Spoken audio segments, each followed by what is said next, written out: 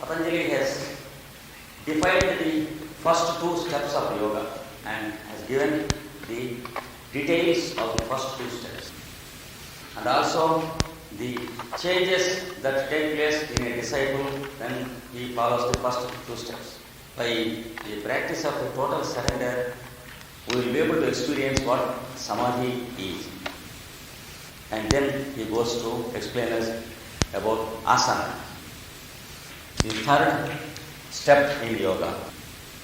The definition of asana is stability and ease. In the Bhagavad Gita, it is defined like this.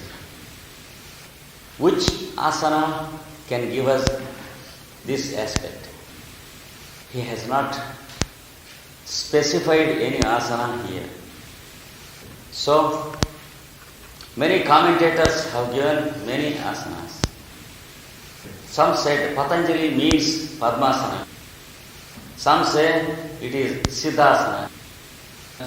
And some people say that by doing the asanas like Sarvangasana, Shirshasana, etc., then one will be finishing the third aspect.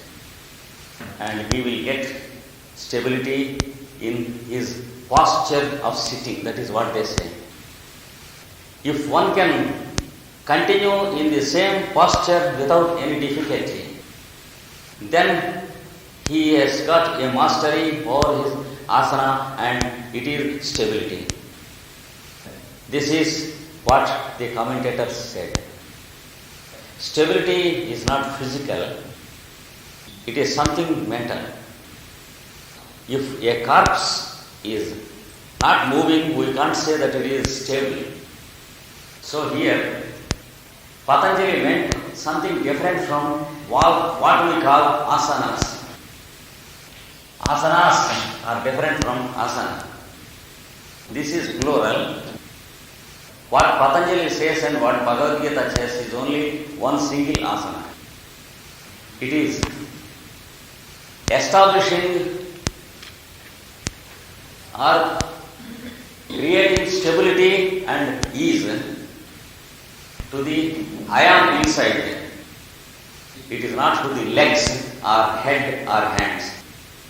So, the third step in Patanjali's yoga has nothing to do with what we say asanas in the Hatha Yoga. The asanas in the Hatha Yoga should be selected according to our physical condition. An expert should advise you to select 3, 4 or 5 physical asanas to do daily. And it helps you to have vigorous blood circulation and rectifying the physical health. But here, asana is something internal and not external.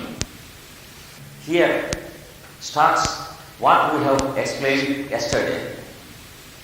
The process of uttering the sacred word Om and the process of making a total surrender to the Lord inside involves asana, pranayama, pratyahara. These 3 steps are included in the process of uttering the sacred name of the Lord. So asana is the first step in trying to utter the name of the Lord. I told you yesterday we have to select a place and sit down calmly. See if every nerve and muscle is relaxed of its tension. And then begin to observe the movements of your respiration. This is what Patanjali explains as asana. Here the word asana means sitting. You should find a comfortable place to sit inside yourself. That is what Patanjali defines and what Bhagavad Gita defines. Many times we are not comfortably sitting in our body because we are creating many nonsensical things mentally, having the many worries and anxieties in the mind, many problems in the daily routine, many emotions and beastly instincts that are torturing us. Even though there is a comfortable seat for us to sit here, we are not able to sit there in a stable manner. Sometimes we are wandering here, and when the headache is there, sometimes we are here, and sometimes we are here when the arthros is there. Sometimes we are here when there is lumbago. Sometimes we are existing in the knees, like that. We are existing in all sorts of awful postures and poses in our body, though we have a comfortable seat here. Sometimes while I am here, I will be sitting outside this hall. My body will be here. My mouth will be speaking of Patajali yoga, but I will be waiting outside because I have beautiful pair of new shoes which I left there. Like this, sometimes we are physically living here, mentally living in Brussels or in Paris or in India because my wife is in India. Like this, we are wandering here and there like dogs and birds. Sometimes we are there in the bank because we have money there. And sometimes we are in the pocket because we have bank book in the pocket. Patanjali wants us to find out our original seat. See how comfortable it is, and see how the cushion is shock proof. First of all, take your seat there and find out how comfortable it is. Sit down in a comfortable posture physically, close your eyes, and then observe, relax every muscle and nerve without having any tension. And then begin to observe the movements of your respiration. Now you are already in asana according to Patanjali and Bhagavad Gita. So don't confuse the asana of Patanjali with the asanas of other yoga textbooks. In the 47th aphorism of second chapter, the aphorism runs like this: remove the tension from the mind and remove the tension from all the parts of the body. Then you will have asana to some extent, and then think of the boundless space. Then your mind begins to disappear. This is asana to some extent. And then begin to observe the movements of your respiration. Now the asana process is complete. So there are 3 steps in asana process. One step is remove the tension from all muscles and nerves mentally. Automatically the tension in the mind is released. And then think of the boundless space. For a moment, have the idea that space has no boundaries. And all the worlds and all the solar systems are in space. And all the galaxies are in space. And still space is vast and boundless. And think that you are placed in boundless space. That's the second step. The third step, begin to observe the movements of your respiration. And then you are automatically above and beyond the pairs of opposites, what are called polarities. They are there in us existing. For example, to like one person, and to dislike another person. Automatically they are there in us. I like my Guruji very much, but I don't like the horrible fellows who are with him. This is what is called polarity. That means you are insulting your Guru grossly. And our response to light and darkness, cold and heat, comfort and discomfort. People go to holy pilgrimages with all devotion to the Lord, and they search and search for a very comfortable and luxurious restaurant. And when the restaurant is not comfortable, they will be talking only of the difficulties in their restaurant, even while paying a visit to the holy place.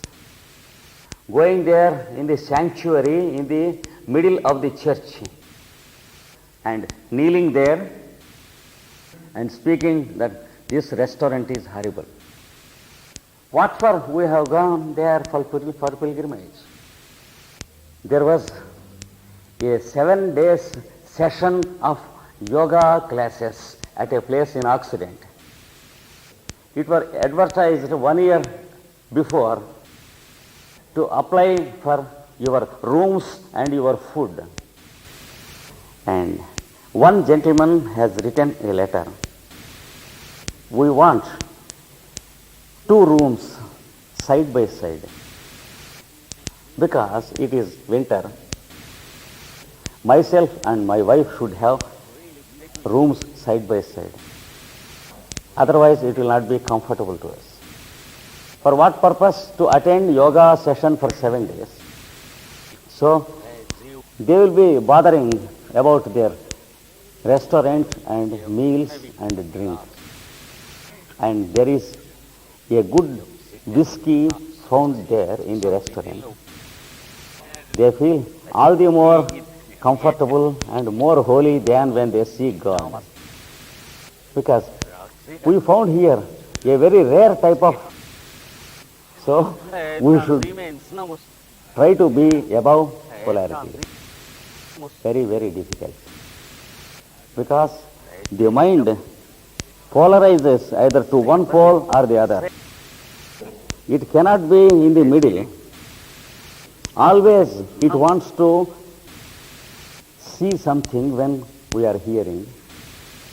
We want to hear something, but the mind wants to see. When we are seeing, the mind wants to eat something. As long as the yoga seminary is going on, all through the 7 days, a disciple was there chewing something all through the day. Because he is interested in the taste of the thing to be, the sweetness of the thing chewing. The mind will polarize either to the North Pole or to the South Pole, and it is very difficult to find stability in the equator.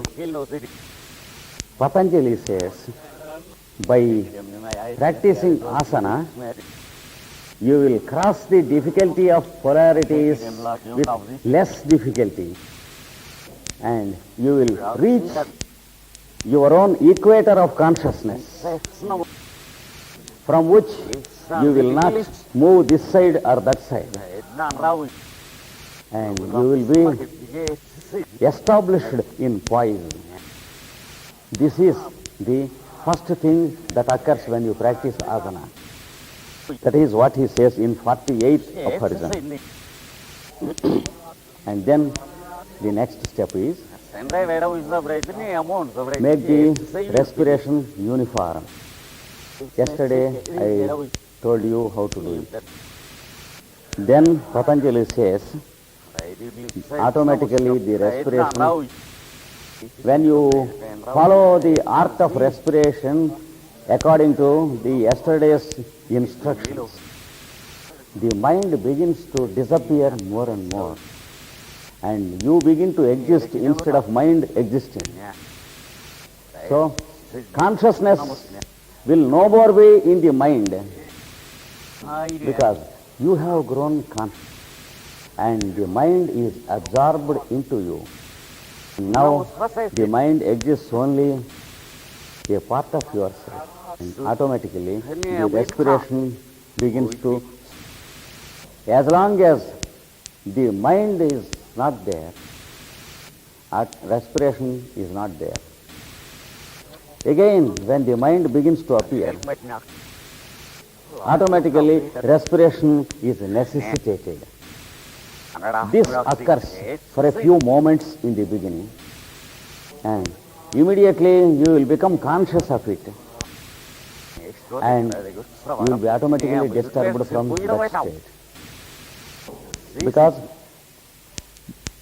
you are becoming conscious of it is once again the birth of the mind.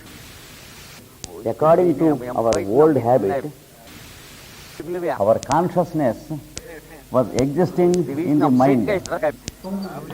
And when the mind began to disappear, consciousness began to exist in the I am of you.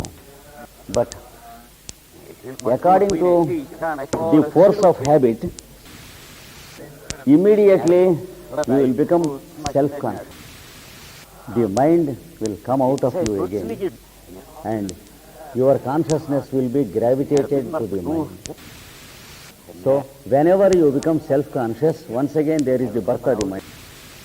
It is exactly similar to the state of awakening from sleep. The only difference is, it is not sleep from which you are awakened into consciousness, but it is from a higher awareness you are being disturbed into a lower awareness. This difference will be there and you will begin to observe it. A sleep-like state will be experienced by you.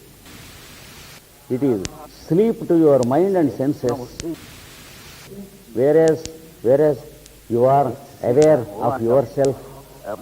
That is what happens.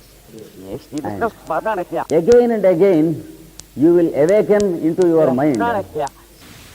Whenever you wake up into your mind, automatically respiration will be restored. You are there in the sleep-like state, where you are aware of everything, then automatically respiration gets suspended. No fear.